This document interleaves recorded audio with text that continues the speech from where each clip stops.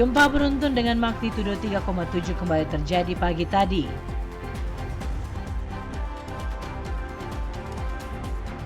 Tanggap darurat di Kota Ambon tidak diperpanjang.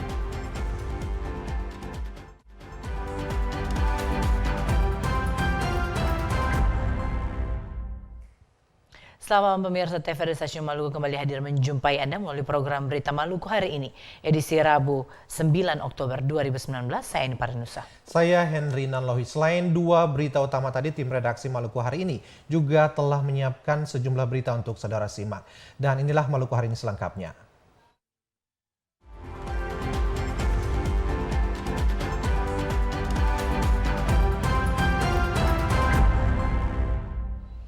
Saudara, gempa di Maluku cenderung menurun dalam beberapa hari terakhir. Frekuensi dan magnitudo gempa cenderung turun seiring dengan perputaran waktu.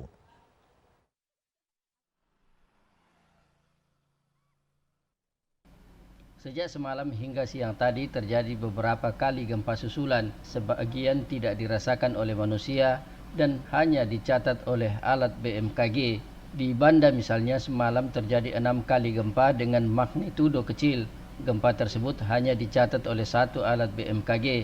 Gempa itu tidak berpotensi tsunami. Siang hari tadi sekitar pukul 11 waktu Indonesia Timur terjadi 2 kali gempa dengan magnitudo yang semakin kecil.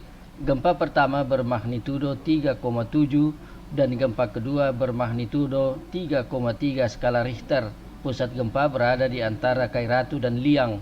Kepala Seksi Data dan Informasi BMKG Ambon Andi Ashar Rusdin kepada TVRI mengatakan gempa susulan yang terjadi di Maluku cenderung menurun dan tidak berpotensi tsunami.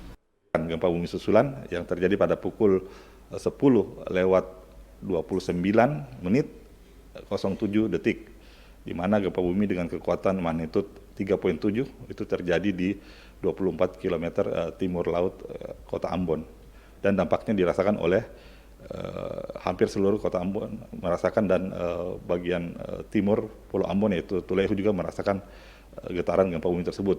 Tren grafik ini secara grafik itu menurun ya. Himbauan kepada masyarakat agar tetap tenang apabila terjadi gempa bumi, termasuk gempa bumi susulan. Jangan terpancing oleh isu-isu yang tidak dapat dipertanggungjawabkan atau isu hoax yang sangat banyak beredar di masyarakat. Andi Ashar mengatakan meski masih terjadi gempa susulan, namun masyarakat tidak boleh panik. Masyarakat harus tetap fokus pada penyelamatan diri jika terjadi gempa. Yulis Padonan dan Berti Opir melaporkan. Di tengah aktivitas masyarakat Kota Ambon pagi tadi terjadi guncangan beruntun dengan kekuatan 3,7 dan 3,3 magnitudo. Gempa beruntun tersebut membuat masyarakat panik dan berhamburan keluar ruangan.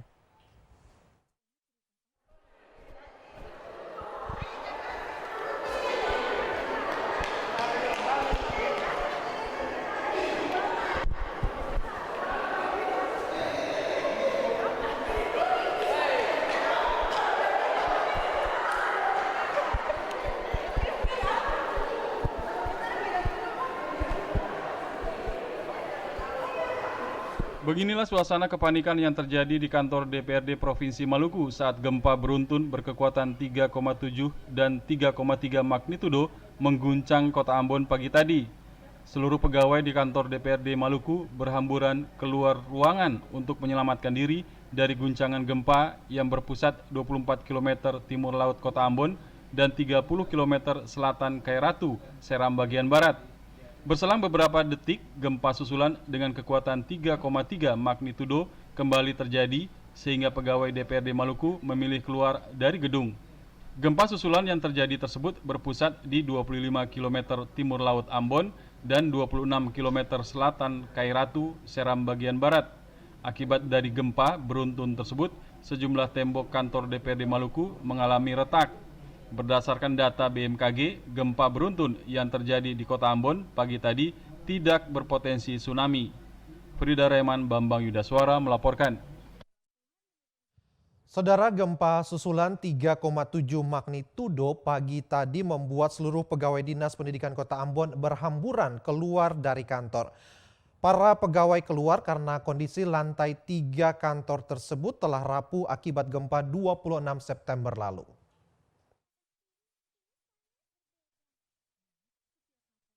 Pukul 10:28 waktu Indonesia bagian timur pagi tadi, di Kota Ambon kembali terjadi gempa susulan.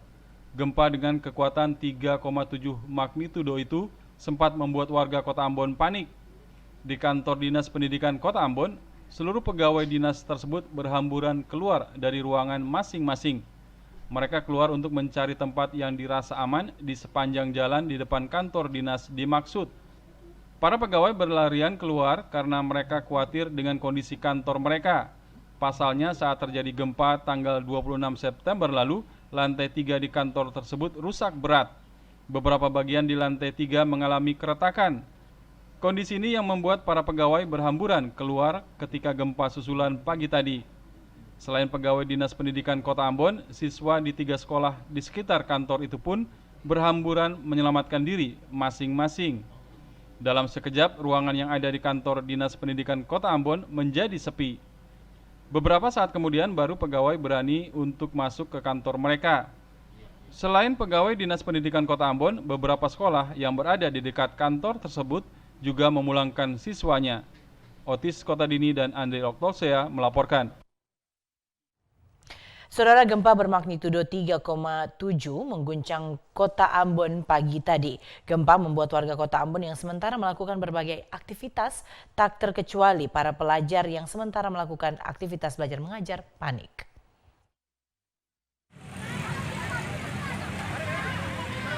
Beberapa menit lalu terjadi gempa dan memang sempat membuat panik beberapa warga di Kota Ambon. Dan beberapa sekolah memilih untuk memulangkan lebih awal siswanya. Beginilah suasana kepanikan para pelajar saat gempa bermagnitudo 3,7 mengguncang Kota Ambon pagi tadi.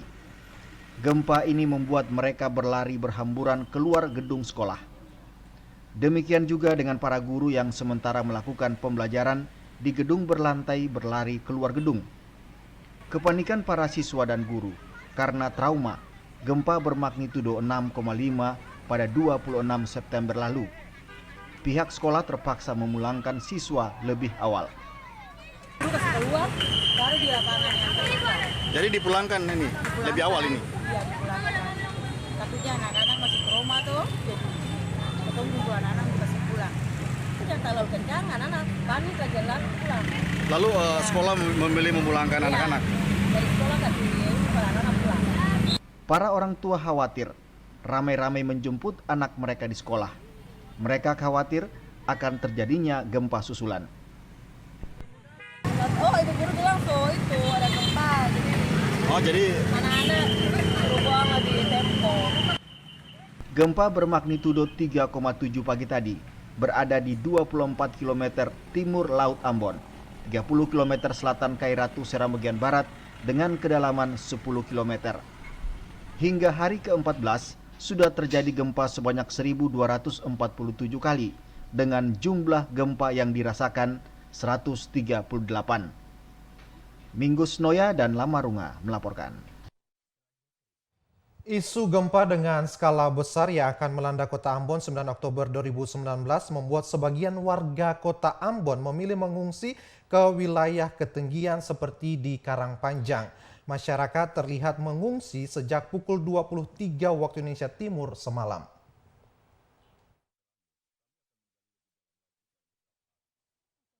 Puluhan warga Kota Ambon kembali mencari dataran tinggi setelah mendengar isu hoaks gempa besar yang disebarkan oleh pihak-pihak yang tidak bertanggung jawab. Puluhan warga mengungsi ke dataran tinggi di kawasan Karangpanjang, Ambon. Kejadian ini mulai terlihat pada pukul 23 waktu Indonesia Timur semalam. Salah seorang warga yang mengungsi, Yongki, mengungkapkan keinginan berpindah ke dataran tinggi dilakukan setelah berita-berita hoaks gempa telah beredar luas di media sosial.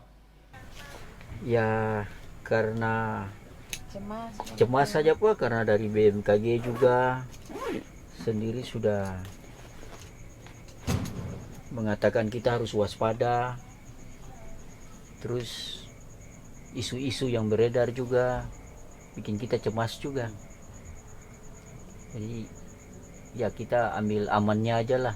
Selain Yongki, salah seorang warga Wainitu juga ikut mengungsi ke gedung olahraga Karangpanjang, Ambon. Mereka mengakui niat berpindah ke perbukitan hanya bentuk kewaspadaan untuk mengantisipasi hal-hal yang tidak diinginkan. Siang turun, nanti malam naik tidur di atas. Ibu dari mana, Bu? Dari Wainitu. Itu ya. Iya. Kenapa mengungsi ke sini, Bu? Kita cuma menghindar saja, jaga keselamatan. Pantauan TVRI semalam puluhan warga memilih mendiami tenda-tenda darurat di kawasan Stadion Mandala, Karangpanjang, Ambon. Mereka bersama keluarga memilih tempat aman guna menghindari bencana gempa bumi susulan yang terus terjadi hingga saat ini. Fani Letahid melaporkan. Sementara itu, saudara, puluhan warga kota Ambon dari Desa Batu Merah turut terpengaruh isu gempa susulan berskala besar. Mereka mengungsi ke lapangan bola Galunggung semalam. Warga memilih mengungsi ke lapangan terbuka karena dianggap lebih aman, apalagi sebagian rumah warga di bawah gedung tinggi di kawasan Ruko Batu Merah. Untuk menghindari hal-hal yang tidak diinginkan, puluhan warga Desa Batu Merah yang bermukim di sekitar kawasan Ruko Batu Merah dan Ongkolyong mengungsi ke lapangan Galunggung. Rombongan pengungsi mulai berdatangan ke lapangan Galunggung pada pukul 00 waktu Indonesia bagian timur. Ical, salah seorang warga Ongkolyong, mengakui isu hoaks gempa besar yang berhembus belakangan ini membuat dirinya bersama keluarga memilih mencari tempat perlindungan di lapangan bola Galunggung. Ical menuturkan isu akan datangnya gempa susulan yang lebih besar sangat berdampak terhadap aktivitas warga setiap hari. Olehnya itu, mereka meminta pemerintah kota dapat mencegah penyebaran isu-isu yang meresahkan masyarakat akhir-akhir ini. Kalau kita besar-besar tidak apa-apa, tapi yang kecil ini jadi harus mengungsi tetap mengerti. Jadi biar saja toh. Isu-isunya kayak begitu tuh jadi juga takut naik. Jadi harus naik. Selain Ical, sejumlah warga lainnya juga ikut merasakan hal yang sama. Mereka mengungsi ke tenda-tenda darurat di kawasan Galunggung, Kota Ambon. Mereka memilih berikhtiar dan waspada untuk menyikapi gempa susulan yang sudah mencapai 1.000 lebih. Kita takut waspada ini. Sementara tidur goyang keras lah. Dari mana, Bang? Mengungsi dari mana? Ardi berharap pemerintah Kota Ambon dapat menyikapi persoalan ini sehingga mereka tidak menjadi korban akibat isu-isu yang menyesatkan. Pemerintah daerah dan BMKG dapat memberikan data gempa yang akurat sehingga dapat menjawab keresahan warga kota saat ini. Fani Letahid melaporkan. Wali Kota Ambon Richard Lohena Pesi mempertimbangkan untuk tidak memperpanjang penanganan darurat gempa di Kota Ambon. Menurut Wali Kota, status tanggap darurat merupakan mekanisme normatif yang dilaksanakan jika terjadi bencana.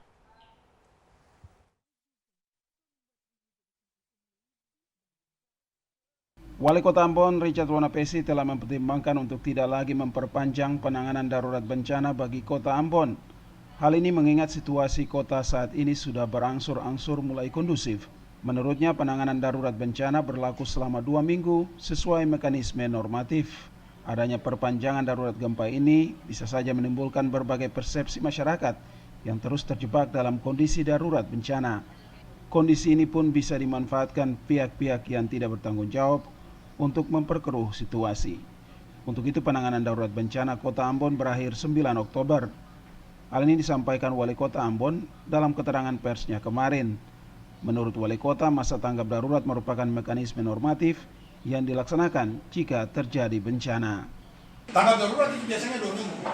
Jadi kalau saya lihat, kalau situasi Ambon sudah seperti kondusif seperti sekarang, bisa saja supaya tidak menghilangkan persepsi yang salah, kita itu sampai dengan tanggal 9, mungkin kita tidak akan ada lagi perpanjang, supaya orang tidak terjebak lagi dalam pikiran-pikiran, bahkan mungkin ada pihak ketiga yang manfaatkan itu. Ya, ini adalah tanggap darurat berkondisi darurat atau enggak. Sampai dengan tanggal 9 sejak tanggal 26 September. Ya, kalau kita lihat Amerika daerah boleh kita hentikan itu. Karena kalau misalnya setelah tanggal 9 kalau ada kebijakan diambil oleh BNPB di luar ya aturan ya, itu bisa saja kejaksaan dan polisi bisa usut ya. Mungkin ada udah di balik batu gitu, pemerintah kota memainkan ini untuk kepentingan pribadi, mereka itu yang enggak ya. Oleh karena itu pada waktu selesai tanggap darurat, seluruh mekanisme itu dia jalan mekanisme normal saja. Wali Kota Ambon menegaskan status tanggap darurat boleh berakhir, namun tanggung jawab pemerintah kota untuk menyalurkan bantuan ke masyarakat tetap dilakukan. Pihaknya juga berupaya agar warga kota yang masih mengungsi akibat trauma gempa bisa kembali ke rumah masing-masing. Melki Latusawole dan John Ralhalo melaporkan. Saudara Wali Kota Ambon Richard Luhena Pesi menyebutkan data kerusakan fisik terakhir rumah warga akibat gempa di Kota Ambon tercatat sebanyak 1.196. Penentuan kerusakan fisik disesuaikan dengan kriteria Badan Nasional Penanggulangan Bencana.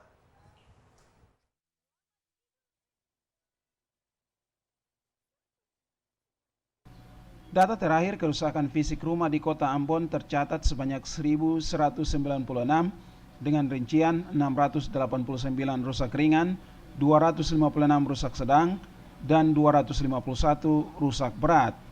Penentuan kerusakan fisik rumah ini disesuaikan berdasarkan kriteria Badan Nasional Penanggulangan Bencana BNPB. Dari data tersebut, pemerintah Kota Ambon akan berkonsultasi dengan BNPB untuk rencana penanganan kerusakan fisik rumah warga. Pihak pemerintah Kota Ambon akan membantu semua kerusakan yang didata setelah laporan tersebut dikirim ke BNPB. Hal ini diakui Wali Kota Ambon dalam keterangan persnya yang berlangsung kemarin. Menurutnya selain rumah warga, pemerintah kota lewat Badan Penanggulangan Bencana Daerah juga mendata kerusakan fasilitas lain, antara lain rumah ibadah, kantor, rumah sakit dan puskesmas, sekolah, hotel, pertokoan, dan asrama. Menurut Wali Kota, kerusakan ini diinventarisasi pihaknya secara akurat. Data ini diperoleh dari para lurah, raja, dan kepala desa yang mendeteksi langsung sesuai nama dan alamat. Nah, dari peristiwa gempa yang terjadi sampai dengan kemarin atau hari ini juga mungkin ada ya sedikit tidak terdeteksi itu, maka jumlah kerusakan ya fisik rumah, jumlah kerusakan fisik rumah kita itu seluruh di total berjumlah 1.196 ya, sampai dengan data yang terakhir per hari ini 1.196 ya, dengan rincian kerusakan rusak ringan itu 689, kemudian rusak sedang 256 dan rusak berat 251. Bagaimana kita merumuskan ini? Ada kriteria-kriteria yang telah ditetapkan oleh Badan Nasional Penanggulangan Bencana dipakai sebagai standar kita. Nah, dari yang tingkat kerusakan ini, lalu kita akan konsultasi dengan ya Badan Nasional Penanggulangan Bencana. Luhena Pesi menyebutkan pihaknya dalam waktu dekat ini akan berkonsultasi dengan Badan Nasional Penanggulangan Bencana BNPB di Jakarta. Menurutnya yang menjadi prioritas saat ini adalah mengembalikan kepercayaan diri dan psikologis masyarakat pasca gempa. Melki Latusawole dan John Ralhalo melaporkan. Saudara, tanggap darurat bencana gempa di Kota Ambon telah berakhir hari ini. Namun di sejumlah lokasi pengungsian di Kota Ambon masih ditemui masalah terkait pendistribusian bantuan yang belum merata.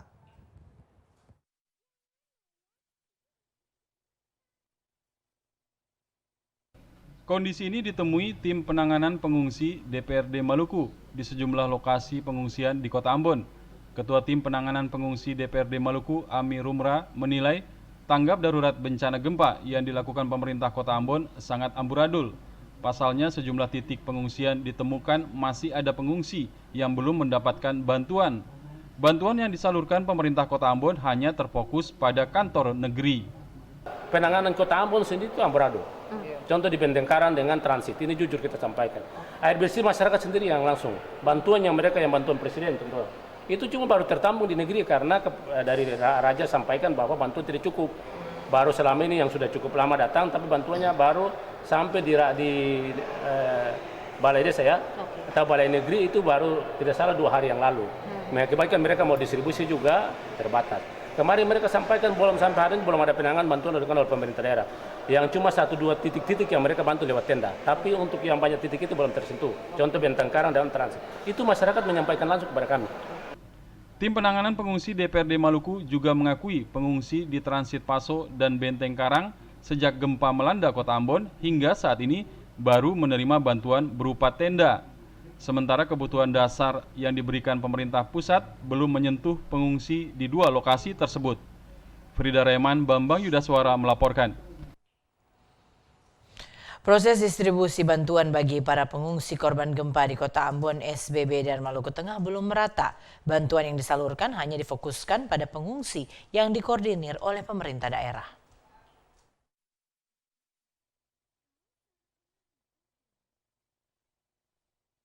Tim penanganan pengungsi DPRD Maluku masih menemukan pendistribusian bantuan bagi pengungsi bencana gempa yang dilakukan pemerintah daerah belum merata. Kondisi ini terjadi di Kabupaten Seram bagian Barat, Kota Ambon, dan Maluku Tengah. Pendistribusian bantuan yang dilakukan hanya difokuskan pada pengungsi yang dikoordinir oleh pemerintah daerah. Sementara pengungsi secara mandiri tidak pernah tersentuh dengan bantuan. Hal itu disampaikan Ketua Tim Penanganan Pengungsi DPRD Maluku, Amir Rumra. Belum meratanya pendistribusian bantuan bagi pengungsi menjadi salah satu poin rekomendasi yang disampaikan Tim Penanganan Pengungsi DPRD Maluku yang akan disampaikan kepada pemerintah Kota Ambon, Maluku Tengah, dan Seram bagian Barat. Yang kita dapatkan persoalan yang terjadi di lapangan sana, yang pertama terkait dengan pendistribusian logistik yang belum merata. Dan biasanya pembagian cuma di pusat-pusat yang bisa dikoordinir oleh Pemda. Sementara yang pengungsi secara mandiri di lokasi tertentu tidak tertangani. Itu baik itu di Maluku SBB, Maluku Tengah maupun Kota Ambon. Yang berikutnya adalah menyangkut dengan hampir rata-rata kita lihat sentuhan langsung pemerintah daerah ke lokasi-lokasi kami itu susah. Yang kita harus salut dan apresiasi terhadap relawan-relawan secara sukarela. Baik itu organisasi kepemudaan, organisasi kemahasiswaan, lalu NGO yang mereka langsung termasuk dengan unsur keagamaan, AMKPM, yang mereka langsung dengan secara keluarganya mereka langsung terjun di lapangan. Termasuk juga BUMN yang mereka langsung. Itu yang situasi yang kami dapatkan. Yang berikut masalah yang sekarang itu yang didapatkan di sana adalah persoalan kekurangan adalah di tenda. Tenda sebagian yang besar itu ada dihitung di SBB itu Kamariang, Kairatu, lalu termasuk juga di Kota Ambon, lalu di Haruku yang mereka minta. Selain pendistribusian bantuan yang belum merata, Tim Penanganan Pengungsi DPRD Maluku juga akan merekomendasikan posko penanganan pengungsi Maluku untuk menurunkan tenaga kesehatan ke lokasi pengungsian di Seram bagian Barat, khususnya di Desa Kamariang yang saat ini sudah terserang wabah penyakit diare dan ISPA. Frida Reman, Bambang Yudaswara melaporkan. Masyarakat Kailolo berharap adanya perhatian pemerintah untuk merehabilitasi rumah warga yang rusak akibat gempa. Proses rehabilitasi bangunan rumah warga dapat mendorong masyarakat untuk kembali ke rumah mereka yang sementara ditinggalkan.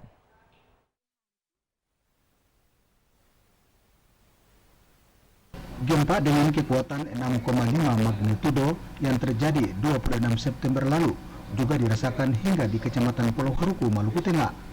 Gempa ikut meluluhlantakkan rumah warga di negeri Kailolo, Kecamatan Pulau Haruku, Maluku Tengah. Lebih dari ratusan rumah ikut rusak dalam bencana ini. Masyarakat Kailolo pun berharap adanya perhatian pemerintah untuk merehabilitasi rumah warga yang rusak terdampak gempa. Ini gempa kemarin itu Pak, terus semua lari dalam rumah putar kayak ampion begitu Pak. Lah terus dia besok pagi semua lari ke gunung Pak. Ada berapa kerusakan rumah yang terjadi di Kailolo? Kerusakan rumah di sini mungkin barang 100 kah atau 200 Pak. Warga masyarakat Kailolo untuk sementara ini masih memilih mengungsi di daerah perbukitan karena takut terjadinya gempa susulan. Mereka masih menempati tenda-tenda darurat. Abu Sahbawa, Cakta Maela melaporkan. Sementara itu terdampak gempa beberapa waktu lalu, bangunan Sekolah Dasar Negeri 91 Ambon terancam runtuh. Untuk menghindari hal-hal yang tidak diinginkan, proses belajar mengajar sementara dialihkan ke tempat yang lebih aman. SD Negeri 91 Ambon yang terletak di Desa Weheru adalah satu dari puluhan fasilitas pendidikan yang terdampak gempa 26 September lalu. 18 ruang belajar, kantor, dan ruang guru mengalami keretakan. Bahkan sebagian dinding ruang belajar nyaris roboh. Para guru dan siswa takut menggunakan ruangan yang ada di gedung SD Negeri 91 untuk proses belajar mengajar. Para siswa juga masih merasa trauma dengan guncangan gempa berkekuatan magnitudo 6,5 tanggal 26 September lalu. Kepala SD Negeri 91 Ambon, Wahab Sia, mengakui ketakutan para guru dan siswa itu sangat beralasan karena saat gempa, sebagian siswa dan guru tengah beraktivitas di lantai 2 sekolah. Mereka merasakan guncangan gempa sangat kuat sehingga para guru mengevakuasi siswa ke lapangan upacara.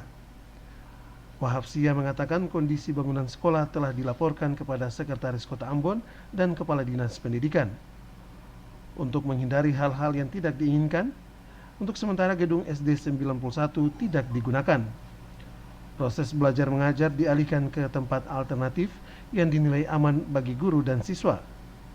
Cuma yang diwaspadai ke bangunan ini kan, perlu ada perhatian serius karena menyangkut dengan nyawa orang. Tiba-tiba bencana itu akan datang lagi karena bangunan tidak bisa dipertahankan lagi. Dia sudah retak-retak semua, bahkan dia sudah miring. Itu menurut penglihatan kita sehari-hari, baik kepala sekolah maupun guru-guru dengan orang tua. Para guru juga telah berkoordinasi dengan orang tua siswa untuk pengalihan tempat belajar mengajar.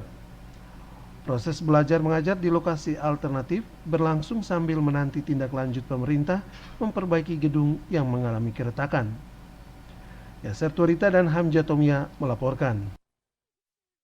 Saudara, pasca gempa bumi yang mengguncang kota Ambon dan sekitarnya, aktivitas perekonomian di Pasar Mardika kembali normal. Hingga hari ini, para pedagang tetap berjualan walau di tengah kejadian gempa susulan yang masih terus terjadi.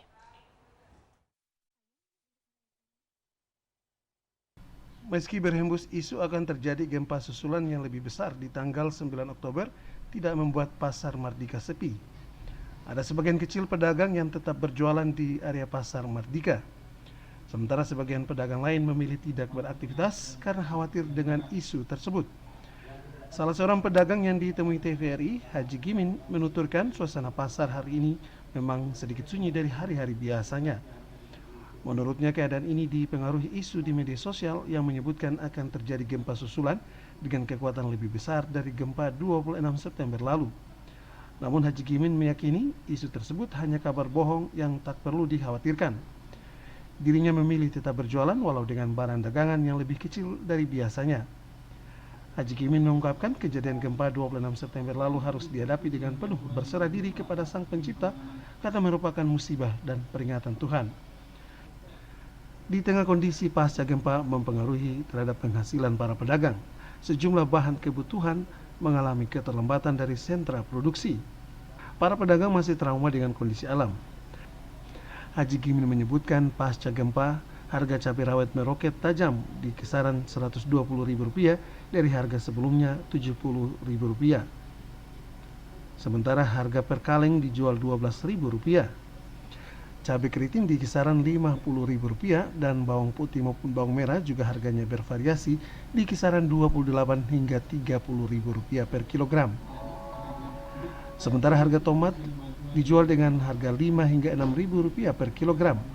Lain halnya dengan jeruk Cina yang sebelumnya dijual per tas kresek merah ukuran besar di kisaran Rp100.000, kini mengalami kenaikan signifikan yakni Rp400.000.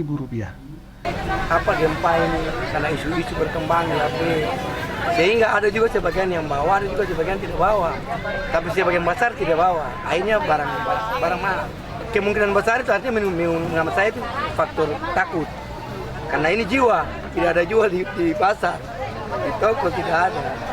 Ya kebanyakan itu yang berkembang sekarang, hoax kan berkembang itu. Rahmalatukun Sina, Udin Sanduan melaporkan. Bantuan kemanusiaan bagi korban gempa di negeri Liang, Maluku Tengah terus dilakukan oleh berbagai kalangan. Satu di antaranya dari Muslimat Nadatul Ulama Maluku. Lebih dari 200 paket bantuan berisi sembako disalurkan langsung di lokasi pengungsian.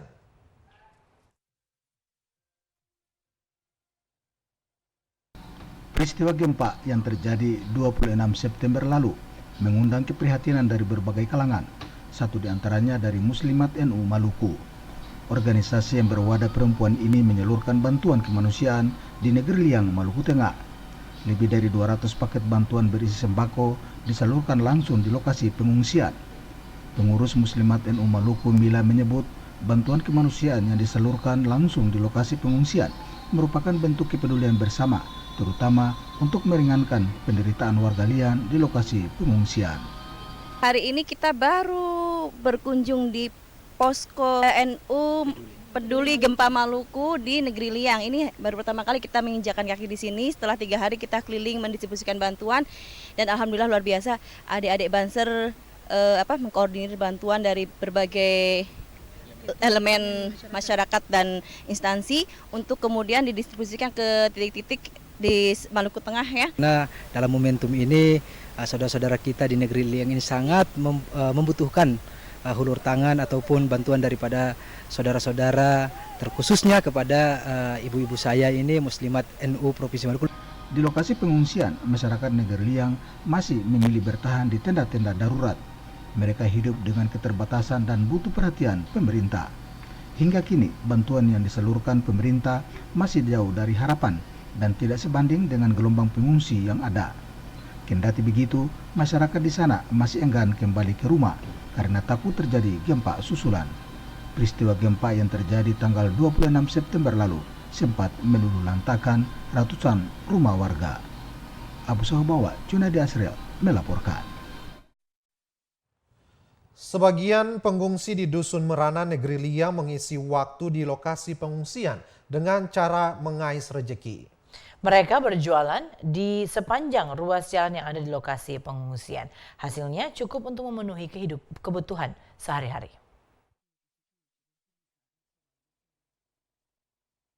Salah satu titik pengungsian, tepatnya di Dusun Merana, Negeri Liang, banyak pengungsi yang berjualan di sana. Mereka berjualan hampir di sepanjang ruas jalan yang dilalui kendaraan baik roda 2 maupun roda 4. Banyak barang yang dijual pengungsi di lokasi pengungsian itu, mulai dari kebutuhan rumah tangga sampai dengan jajanan anak. Ruas Tihurua, salah satu pengungsi di lokasi pengungsian itu, menyebutkan sebelum gempa tanggal 26 September lalu, dirinya memiliki usaha fotokopi di Negeri Liang. Karena sudah terbiasa disibukkan dengan usahanya itu, membuat dirinya tidak bisa berdiam diri di lokasi pengungsian. Akhirnya, dirinya memutuskan untuk berjualan jajanan anak di situ. Hasilnya, cukup untuk memenuhi kebutuhan mereka akan ikan sehari-hari.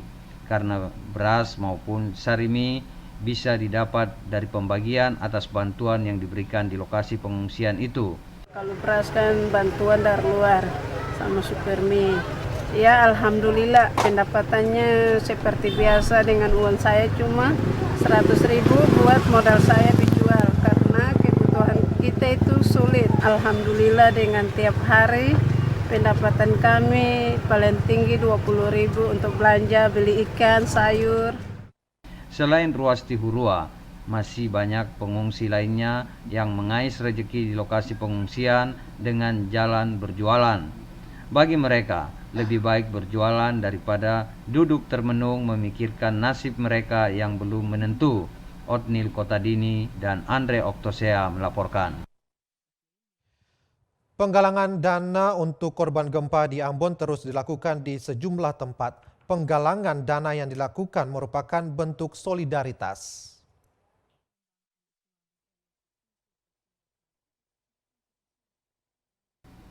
Musibah gempa yang terjadi 2 pekan lalu masih mengetuk hati sebagian warga untuk berempati kepada korban yang terdampak. Rasa simpati diperlihatkan para mahasiswa Unpati yang terus melakukan penggalangan dana secara kontinu di beberapa titik di Kota Ambon. Aksi simpatik ini merupakan bentuk kepedulian sekaligus misi kemanusiaan untuk meringankan beban korban yang terdampak gempa. Hasil penggalangan dana selama 2 hari lalu kini telah terkumpul dan akan disalurkan langsung ke sejumlah tempat pengungsian yang ada di Ambon. Yang ada banyak sekali mengungsi, di mana saat pengungsian berlangsung tentunya kita tahu bahwa saat pengungsian berlangsung itu banyak sekali kebutuhan-kebutuhan yang diinginkan oleh mereka dan itu tidak terpenuhi, Pak. Makanya dari itu saya bersama teman-teman saya, rekan-rekan saya langsung melakukan kegiatan aksi ini untuk membantu mereka walaupun tidak banyak. Koordinator aksi, Naya, berharap bantuan kemanusiaan yang dilaksanakan ini dapat meringankan beban dan penderitaan warga yang tertimpa dampak gempa. Terlebih lagi bagi masyarakat yang sementara ini menempati tenda-tenda pengungsian. Abu Saubawa dan Cak Tamaila melaporkan. Saudara, kita beralih ke informasi lainnya. Hari ulang tahun Tentara Nasional Indonesia ke-74 yang diselenggarakan di Kota Ternate menjadi tontonan menarik bagi masyarakat Maluku Utara. Salah satunya adalah penampilan kendaraan tempur milik TNI di sela-sela parade bersama pasukan defile.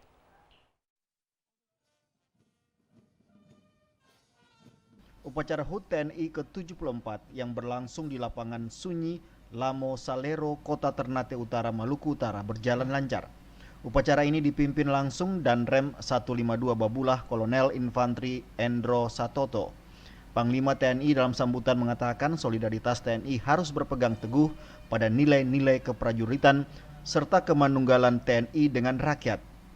TNI selalu menjadi pemersatu dan perekat bangsa yang berbineka tunggal ika. Usai upacara, sejumlah atraksi ditampilkan untuk menghibur masyarakat Maluku Utara, seperti demonstrasi bela diri Yong Modo dan demonstrasi pembebasan tawanan Sandra yang dimainkan prajurit Yonif Rider khusus 732 Banau. Tontonan menarik lainnya adalah parade 5 kendaraan tempur bersama dengan 1 mobil Barakuda milik Satuan Brimo Polda Maluku Utara turut menghiasi parade mengelilingi kota. Masyarakat yang menyaksikan pertunjukan ini berbondong-bondong naik di atas kendaraan tempur. Di sepanjang jalan diiringi pasukan defile bersama drum band serta puluhan mobil operasi yang biasa digunakan. Masyarakat tentu saja juga menjaga kita juga. Sesuai dengan tema hari ini, TNI profesional itu kebanggaan rakyat. Dan kita berusaha untuk memprofesionalkan diri kita. TNI ini. Baik dari segi personel, kemampuan, sumber daya manusia maupun alutsista. Sementara itu Bupati Halmahera Barat, Dani Misi memberikan apresiasi kepada TNI di HUT kali ini karena selalu bersinergi untuk membangun Indonesia. Semoga dengan Dirgahayu ini TNI semakin mantap dalam membangun Indonesia. Harapan ke depan adalah karya-karya yang dilakukan harus pro rakyat. Bupati berharap karya-karya yang dilakukan TNI lebih diutamakan untuk membantu masyarakat. Dari Maluku Utara, Rusdi Samsi melaporkan. Berbagai persoalan sosial yang dialami umat saat ini menjadi tantangan bagi penyuluh agama Islam. Untuk menguatkan iman umat dalam menghadapi persoalan sosial, penyuluh agama Islam harus memiliki kompetensi yang baik.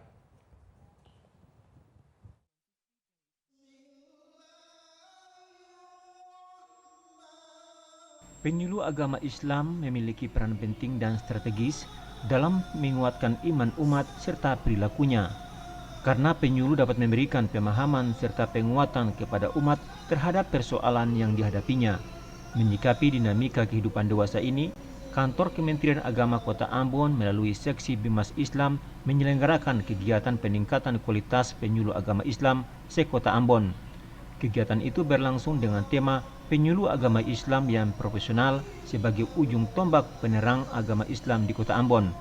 Kepala Seksi Bimas Islam Kantor Kementerian Agama Kota Ambon Husin Sahiri sebagai Ketua Panitia Penyelenggara kegiatan tersebut mengatakan peningkatan kualitas penting dilakukan penyuluh agama Islam. Mengingat penyuluh agama Islam di Kota Ambon berasal dari latar belakang pendidikan yang berbeda. Menurut Sahiri, di Kota Ambon terdapat 60 penyuluh agama Islam. Mereka terdiri dari 21 penyuluh PNS dan 39 orang non-PNS. Narasumber dalam kegiatan ini melibatkan pejabat dari Kanwil Kementerian Agama Provinsi Maluku dan Kota Ambon serta para ulama yang berkompetensi. Dengan keterlibatan para narasumber itu, Sahiri mengharapkan kualitas penyuluh agama dapat meningkat sehingga sasaran dari operasional yang telah ditetapkan dapat tercapai. Untuk memberikan penguatan, pendalaman serta meningkatkan kompetensi daripada penyuluh agama itu, PNS maupun non-PNS, tentunya harus diberikan oleh para mereka yang memiliki kompetensi itu juga. Ya, makanya untuk kegiatan ini yang kita ambil adalah yang bersentuhan langsung, yaitu dari Bimas Islam sendiri, dari Kanwil Agama, kemudian dari Kabak, tata usaha, Kemenag sendiri tentang kebijakan, dan pakar dari para ulama, para ustadz yang memiliki kompetensi di masalah kepenghuluan. Yang sasaran akhirnya adalah bagaimana kualitas daripada penyuluh itu bisa ditingkatkan untuk mencapai sasaran operasional yang sudah ditetapkan dalam SPO rencana operasional oleh penyuluh itu sendiri. Kegiatan peningkatan kualitas penyuluh agama Islam dibuka Kepala Kantor Kementerian Agama Kota Ambon, Zain Firdaus Kaisupi. Zain Firdaus Kaisupi mengatakan peningkatan kualitas penyuluh agama Islam dewasa ini sangat penting. Karena pentingnya kegiatan tersebut sehingga Dirjen Bimas Islam memberikan dukungan anggaran penyelenggaraan. Untuk itu, Zain Firdaus Kaisupi berharap penyuluh agama Islam sekota Ambon mengikuti kegiatan tersebut dengan sungguh-sungguh. Firdaus juga mengingatkan peserta kegiatan ini terhadap 3 fungsi utama penyuluh agama, yakni penyuluh bertugas melakukan penyuluhan, pembinaan, dan pemberdayaan. Firdaus mengakui pemahaman penyuluh agama Islam dalam bidang tugas masing-masing sangat kurang. Hal itu dikarenakan penyuluh agama Islam yang ada tidak semuanya memiliki latar belakang pendidikan agama. Untuk itu, kegiatan ini merupakan momen yang tepat untuk memberikan pemahaman kepada penyuluh agama Islam terhadap bidang tugas masing-masing. Jumlah penyuluh agama yang ada di Indonesia ini, itu sebagian besarnya adalah penyuluh agama non-PNS. Kita di Maluku sendiri, khususnya untuk Kota Ambon, penyuluh agama PNS itu 21 orang, sementara penyuluh agama non-PNS itu ada sekitar 39 orang. Nah, kalau penyuluh agama non-PNS ini kan kita rekrut dari latar belakang pendidikan yang berbeda, bukan latar belakang pendidikan agama. Sehingga pemahaman mereka tentang bidang-bidang tugas dalam kepenyuluhan itu sangat kurang. Nah, inilah momennya untuk memberikan penguatan kepada penyuluh dalam rangka melakukan penyuluhan di tengah-tengah masyarakat. Zain Firdaus Kaisupi mengemukakan pada tahun 2020 nanti penyuluh agama akan diintegrasikan dengan kantor urusan agama. Langkah itu dilakukan Kementerian Agama untuk mendekatkan petugas penyuluh agama dengan wilayah pelayanan yang ada di kecamatan. Guna mewujudkan rencana itu, Kementerian Agama Kota Ambon telah melakukan berbagai persiapan prasarana di kantor urusan agama yang ada di kecamatan. Langkah awal telah dibangun kantor urusan agama kecamatan Sirimau sekaligus menjadi percontohan terintegrasi penyuluh dan KUA. Diharapkan melalui kebijakan itu, pelayanan petugas penyuluh kepada umat berjalan maksimal. Abdul Yasir Tuarita dan Hamjatumia melaporkan. Saudara, pengembangan panganan lokal menjadi prioritas SMA swasta Kristen YPKPM Ambon melalui program kewirausahaan. Panganan lokal ini mulai diperkenalkan ke publik melalui kegiatan Expo Kewirausahaan dalam rangka memperingati HUT SMA Kristen YPKPM Ambon yang ke-60.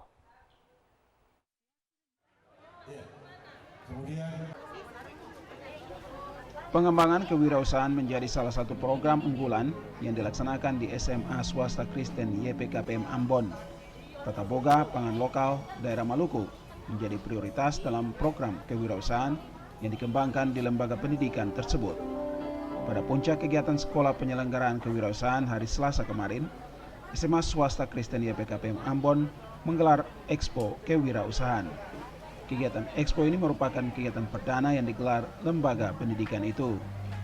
SMA swasta Kristen YPKPM Ambon merupakan satu dari 3 sekolah di Provinsi Maluku yang menyelenggarakan program kewirausahaan di sekolah.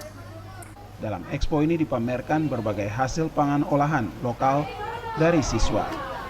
Kegiatan Expo ini juga dilaksanakan dalam rangka menyongsong HUT ke-62 SMA swasta Kristen YPKPM Ambon yang jatuh pada tanggal 14 Oktober mendatang. Hadir dalam pembukaan kegiatan Expo Kewirausahaan SMA swasta Kristen YPKPM Ambon, Wakil Gubernur Maluku Barnabas Orno, dan Kepala Dinas Pendidikan dan Kebudayaan Provinsi Maluku M. Saletio. Wakil Gubernur Maluku Barnabas Orno di sela-sela kegiatan Expo mengatakan, dengan adanya Expo ini, anak-anak Maluku dapat meningkatkan kesadaran dalam berwirausaha. Dengan kesadaran berwirausaha sejak dini dapat membatasi keinginan mereka yang hanya berorientasi menjadi pegawai negeri sipil. Mereka bisa mengembangkan skill yang dipelajari sebagai bekal pengembangan usaha di masa depan. Pasalnya dengan adanya orientasi wirausaha ini dapat menciptakan berbagai peluang lapangan pekerjaan di daerah ini. Untuk itu dirinya menyambut positif program yang digalakkan SMA swasta Kristen YPKPM Ambon dalam mengembangkan program kewirausahaan dengan konsentrasi pangan lokal. Wagub berharap setelah lulus nanti, anak-anak ini dapat melanjutkan jiwa entrepreneurship di bangku-bangku perkuliahan. Hal ini akan mendorong anak-anak lain di Maluku untuk dapat maju bersama dalam membangun jiwa kewirausahaan. Dengannya pembangunan di daerah ini akan lebih maju. Harapan saya dengan Expo ini bisa memotivasi anak-anak Maluku. Kan ini Expo wirausaha, ya kan? Supaya anak-anak Maluku tidak meningkatkan ilmu pengetahuan dan keterampilannya dengan tidak berorientasi untuk menjadi pegawai negeri sipil, tapi menjadi wirausaha. Karena semua anak-anak Maluku kalau jadi berorientasi jadi pegawai negeri sipil, APBD pasti kolaps. Kita tidak bisa lebih banyak APBD kita untuk apa? Tapi kalau semua menjadi wirausaha, lebih banyak representasi anak Maluku menjadi wirausaha, luar biasa penciptaan lapangan kerja luar biasa. Dan anak-anak SMA ini sampai dengan saatnya kuliah nanti mereka lebih cenderung untuk entrepreneur seperti ini. Ini akan memberikan daya dorong kepada anak-anak Maluku pada umumnya untuk berjiwa wirausaha. Dan itu Maluku pasti maju. Kepala SMA swasta Kristen YPKPM Ambon, Lani Laturiu mengatakan, melalui program kewirausahaan ini, pihaknya ingin mempersiapkan siswa untuk dapat menciptakan lapangan pekerjaan. Melalui skill yang dipersiapkan sejak dini, mereka dapat memanfaatkannya untuk membuka usaha sendiri. Program ini merupakan langkah awal dari pihak sekolah untuk membina siswa melakukan berbagai inovasi dan kreativitas dalam pengembangan pangan lokal. Menurutnya berbagai pangan dan kerajinan tangan yang dipamerkan ini adalah merupakan hasil karya siswa. Laturiu mengaku hasil karya anak-anak ini hanya dalam skala kecil. Namun dirinya yakin jika hasil karya tersebut dengan modal yang sedikit mendapat berbagai sentuhan kerjasama dari berbagai pihak akan menghasilkan hasil yang luar biasa. Memang berdasarkan keputusan Menteri ada 3 sekolah di Provinsi Maluku dan di Kota Ambon 1 sekolahnya adalah SMA Kristen YPKPM Ambon. Sebetulnya SMA Kerosan ini mau mempersiapkan para siswa seperti tadi pada sambutan Pak Gubernur juga sampaikan bahwa tidak hanya menjadi pegawai negeri sipil, tapi mempersiapkan mereka untuk bisa menciptakan lapangan pekerjaan sendiri. Dan ini awal dari kami mendorong para siswa untuk melakukan inovasi dan kreativitas. Bapak Ibu bisa menyaksikan tadi stand-stand itu adalah karya murni anak-anak yang kalau kita lihat masih berskala kecil. Kalau disentuh dengan berbagai kolaborasi dengan berbagai pihak, saya percaya ya bahwa modal yang kita taruh pada anak-anak yang hanya kecil bisa menghasilkan yang besar pada para siswa. Menurut Laturiu, hasil karya para siswa ini diharapkan bisa lolos pada inkubator bisnis yang dilakukan oleh Kemenristek Dikti. Ada 5 produk yang diusulkan untuk masuk dalam inkubator bisnis, antara lain instan jahe, sagu keka, susu es krim, dan abon pepaya tuna. Dirinya berharap dengan lolosnya produk ini juga akan mendapat label khusus Makris produk siswa SMA swasta Kristen YPKPM Ambon sebagai sekolah kewirausahaan. Melkilatu Saule dan John Ralhalo melaporkan. Pemerintah Negeri Urimesing memberikan bantuan 6 mesin tempel berkapasitas 40 PK kepada 6 kelompok nelayan yang tersebar di Dusun Mahia dan Dusun Seri. Bantuan ini untuk menunjang operasional masyarakat nelayan di kedua dusun.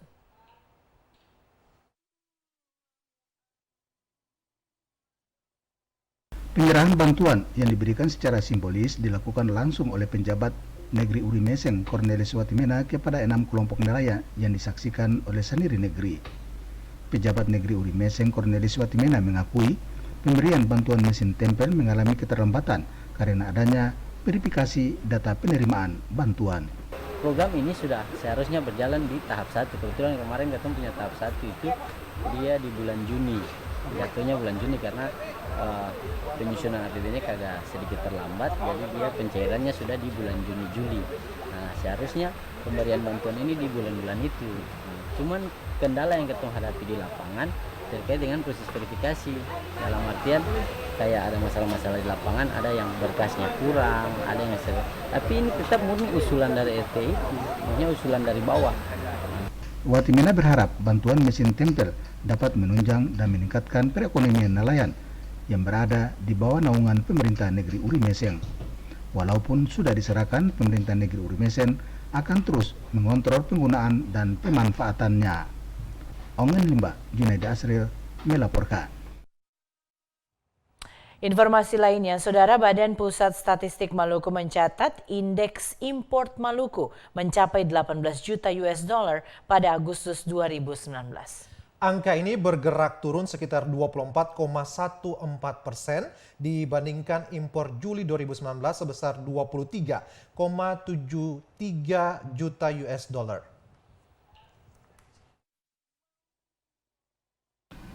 Kepala Badan Pusat Statistik Maluku, Dumangar Hutahuruk mengatakan, secara kumulatif nilai impor Maluku Januari-Agustus 2019 mencapai 160,74 juta US dollar Amerika Serikat atau menurun 57,12% dibanding pada periode yang sama tahun 2018 lalu. Selama Januari-Agustus 2019, impor Maluku berasal dari Korea Selatan dan Malaysia. Sementara impor terbesar berasal dari Singapura dengan nilai mencapai 122,52 juta US dollar Amerika Serikat.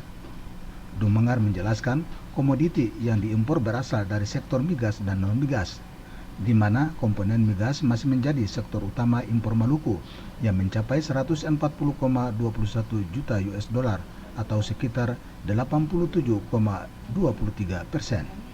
Sementara jenis komoditas barang non-migas yang diimpor selama Januari-Agustus 2019 yakni mesin penyumbur, uap air atau pasir dan mesin jet, pelempar radiator, pompa cairan, pompa udara, dan pembangkit tenaga listrik. Untuk komoditas migas yang diimpor periode Januari-Agustus 2019 berupa bahan bakar bermotor bertimbal, bahan bakar dari non lainnya yang tidak dicampur minyak, dan bahan bakar turbin pesawat terbang. Seluruh impor Maluku tersebut dilakukan melalui Pelabuhan Bongkar Muat Yosudarso Ambon, Pelabuhan Tulehu, Pelabuhan Samlaki Kabupaten Kepulauan Tanimbar, Pelabuhan Dobo, dan Pelabuhan Namlea Kabupaten Buru. Ongen Limba, Junaidi Asril melaporkan. Mahasiswa Universitas Patimura Ambon menaruh harapan besar kepada rektor baru yang akan memimpin Unpati periode 5 tahun berikut. Rektor yang baru diharapkan dapat mengakomodir seluruh kepentingan mahasiswa.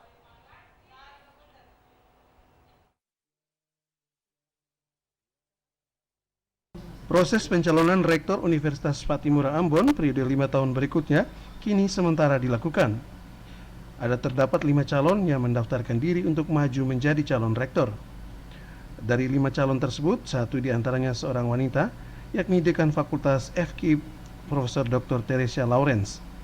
Sementara lainnya merupakan putra terbaik yang memiliki skill dan kemampuan yang dinilai bisa memimpin Unpati untuk 5 tahun berikutnya. Mahasiswa berharap rektor mendatang dapat mengakomodir seluruh kepentingan mahasiswa secara menyeluruh, karena mereka datang dari berbagai daerah dengan latar belakang sosial yang berbeda. Sepengetahuan saya lebih semoga kedepannya Badan Layanan Umum dihapuskan karena berbicara Maluku ini adalah provinsi termiskin keempat. Lalu di manakah pihak kampus membebani mahasiswa untuk dalam hal ini uang semester seakan-akan meningkat. Nah, lalu menjadi pertanyaannya bahwa jalur SBMPTN dengan jalur mandiri selisihnya 1 juta. Nah, ini kan seakan-akan bahwa mahasiswa yang di daerah-daerah pedalaman datang ke Ambon, artinya ini merasa terpinggirkan dengan kondisi ataupun konsekuensi yang diambil oleh pihak kampus. Jadi harapan saya dan saran saya semoga ke depannya terpilih rektor baru ini agar pelayanan Badan Layanan Umum dihapuskan, karena dari Badan Layanan Umum ini setiap kami melakukan aktivitas apapun dalam kampus itu dipungut. kepada calon rektor Unpad yang terbaru apabila terpilih menjalankan segala tugas dan tanggung jawab bagaimana agar terkait dengan saat ini diterapkan badan layanan umum. Kami dari mahasiswa meminta kepada rektor baru agar secepatnya menghapus dari badan layanan umum. Karena demikian kita lihat bahwa ketika ada badan layanan umum, prioritas pendidikan dilatar belakangi. Yang diutamakan adalah terkait dengan sektor-sektor untuk pendapatan-pendapatan yang luar daripada tanggung jawab daripada pemerintah. Maka dari itu, pesan kedua daripada kami kepada rektor baru agar memperbaiki segala birokrasi kampus sehingga pada proses pelayanan tupoksi daripada birokrasi kampus itu menjalankan segala tugas dengan baik, tidak ada tindakan-tindakan atau indikasi yang saat ini mempersulit daripada mahasiswa itu sendiri. Harapan mahasiswa bagi rektor terpilih nanti merupakan bagian dari sebuah proses akademik yang bisa memberikan dampak positif bagi kehidupan kampus. Selain itu, mahasiswa juga berharap seluruh proses kehidupan di kampus dapat berjalan sesuai mekanisme dan kebijakan rektor, tidak sampai memberatkan mahasiswa seperti kenaikan terhadap UKT atau uang kuliah tunggal bagi mahasiswa. Abu Saubawa, Junaidi Asril melaporkan.